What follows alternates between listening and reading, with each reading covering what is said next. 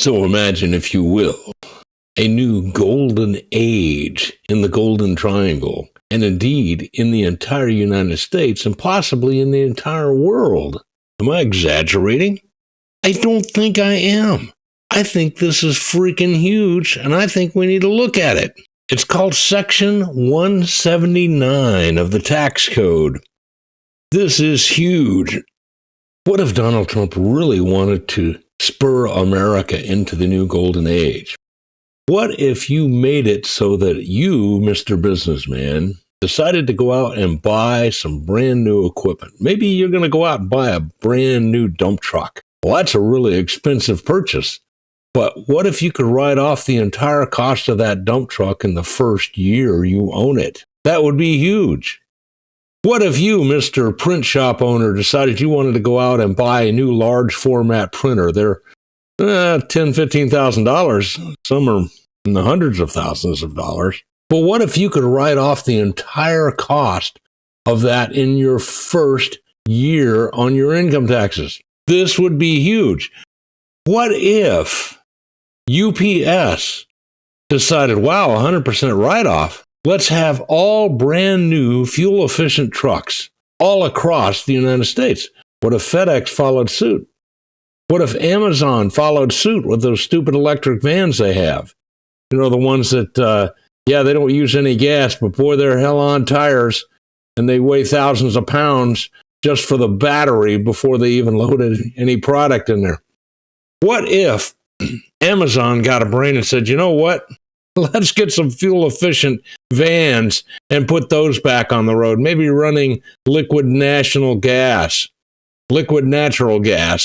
instead of electric. This is huge. What if all of the major companies in the United States decided this year, you know what? We're going to upgrade all of our equipment. And we're going to pay no income taxes this year because we're going to write it all off. What if literally millions of companies started ordering new equipment manufactured in the United States? What happens to the American economy? How many people get put to work? Do you realize how huge this is? I am super excited about this because the cost of equipment has always been very, very high, but if you could write that entire amount off in the first year, why not do it?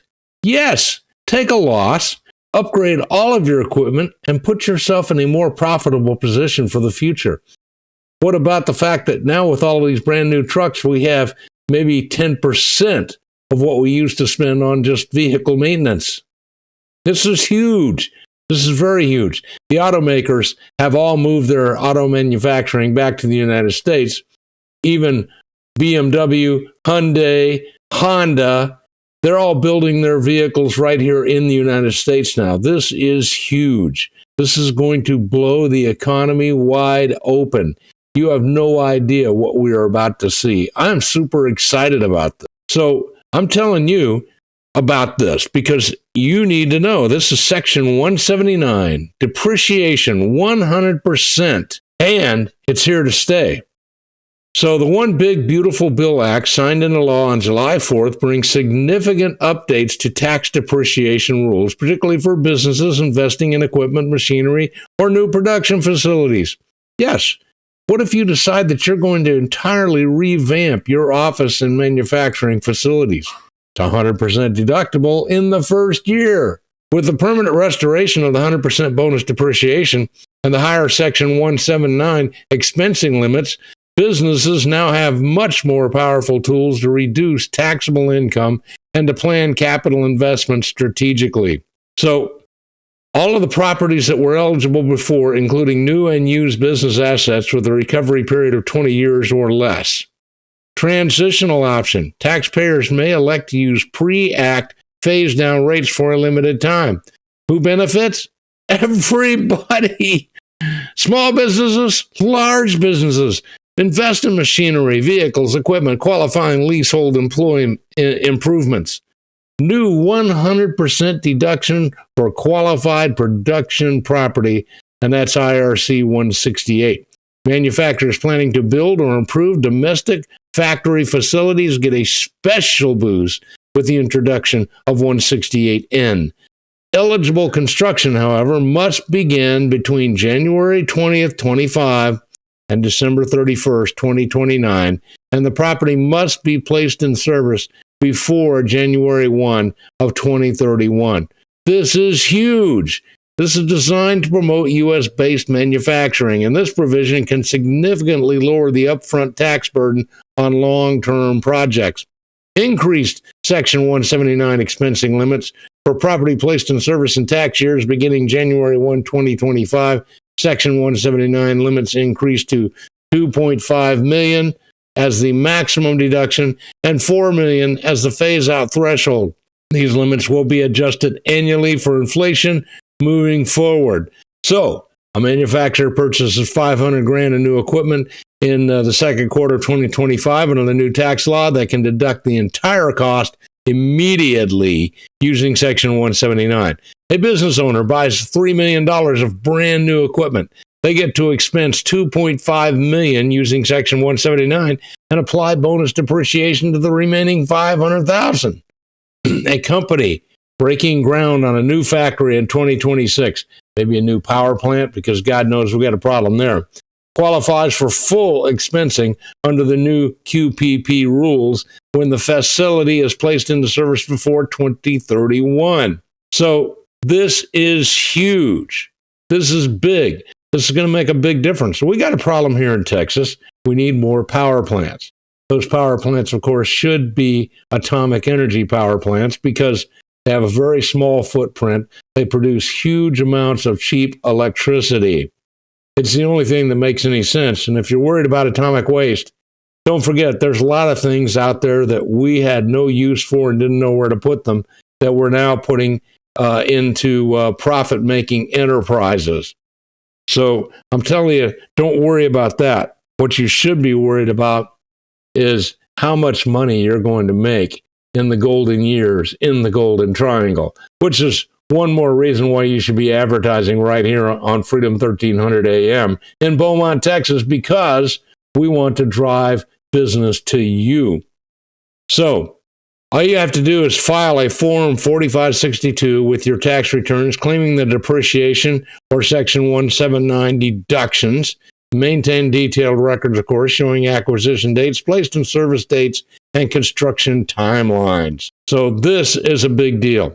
You need to contact your financial manager to get all of the details. I am not a financial manager. I'm just reading you the news, but this is huge. We should be experiencing a boom in manufacturing in the United States like we have never, ever seen. And of course, I do believe that the IRS is going away. I think there will be no IRS in another 2 years because America is making so much money on tariffs that we have no need for an IRS.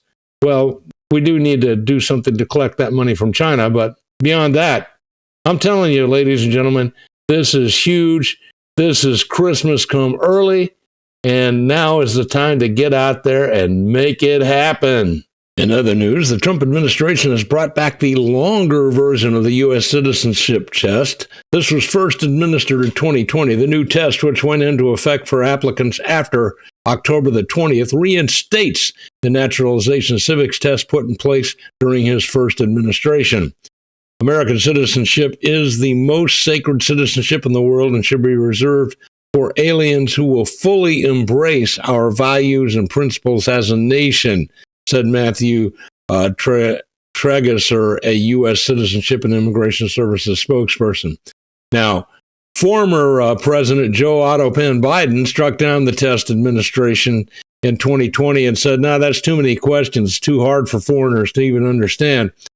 So he took it away and put in basically two questions. Do you want to be an American citizen? Do you promise to take all the welfare we will give you? Trump signed an executive order directing the Department of Homeland Security to evaluate immigrant assimilation programs and make recommendations and adjust them if necessary. The reinstated test increases the number of questions from 10 to 20 and requires applicants to get at least 12 correct. The test also expands the bank of possible questions from 100 questions to 128 questions. To me, that's too easy. There are courses you can take where they will teach you the test. But the test is administered orally by a USCIS officer. Questions are chosen randomly. Some of the questions include, how many amendments does the U.S. Constitution have? Who was the United States' main rival during the Cold War? Who do we show loyalty to when we say the Pledge of Allegiance? These are really good questions, and I'm wondering how many of you could pass the citizenship test, and I'm pointing that out because you should be able to. It's kind of essential. So anyway, the law requires those seeking naturalization to have a knowledge and understanding of the fundamentals of history and of the principles and forms of government. If you've ever watched, I can't remember that cute blonde. Oh, yeah, Caitlin Bennett. If you've ever watched Caitlin Bennett when she goes to the beach and asks these questions, I am amazed at how many college-age people she talks to that can't answer even basic questions. For instance, like, who did the United States fight in the Civil War? They don't know. It's absolutely ridiculous. When first implemented in 1952, some form of civics testing had been a requirement for naturalization since 1908. Early civics testing was disjointed and differed dramatically depending on the local judge administering the test. In years following, several pieces of legislation established a uniform civics test. The Internal Security Act of 1950 explicitly established civics knowledge as a requirement for naturalization in the United States. For instance, they should ask, is this a democracy or a republic? Do you know? Most recently, the Immigration and Nationality Act of 1990 shifted naturalization requirements from the courts to U.S. citizenship and immigration services officials. Despite the changes to the test length, the Trump administration will continue to allow a special exception for adults seeking naturalization who are over the age of 65 or who have lived in the country for more than 20 years.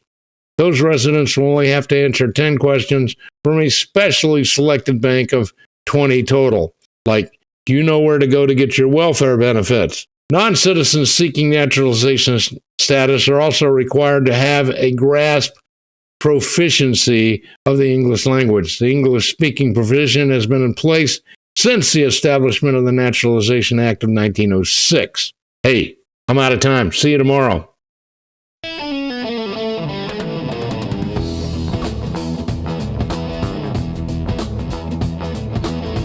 You have a choice, and you chose Freedom 1300.